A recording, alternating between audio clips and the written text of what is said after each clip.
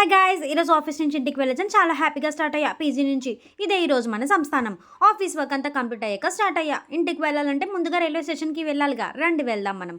Office నుంచి బయటికి వచ్చి బాయ్ చెప్పి అలా నడుస్తున్నా. ఈ రోడ్ క్రాస్ చేయడమే పెద్ద అడ్వెంచర్. అక్కడ ఉన్న విప్రో సర్కిల్ బస్ స్టాప్కి వెళ్ళి బస్ కోసం అలా వెయిట్ చేస్తున్నా. అప్పుడు వచ్చింది bus. Ticket price 30 rupees. Bus ఎక్కి రాయదుర్గ్ మెట్రో స్టేషన్ దగ్గర దిగా. సికింద్రాబాద్ ఈస్ట్ మెట్రో స్టేషన్కి మొబైల్లోనే మెట్రో టికెట్ తీసుకున్నా.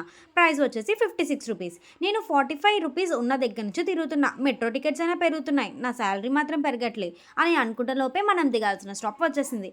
అలా అన్ని చూస్తూ నడుస్తున్నా. లిఫ్ట్ ఎక్కి కిందకి వచ్చా. మనకి ఏజ్ తక్కువే, ఓపిక కూడా తక్కువే. మళ్ళీ నడుస్తున్నా.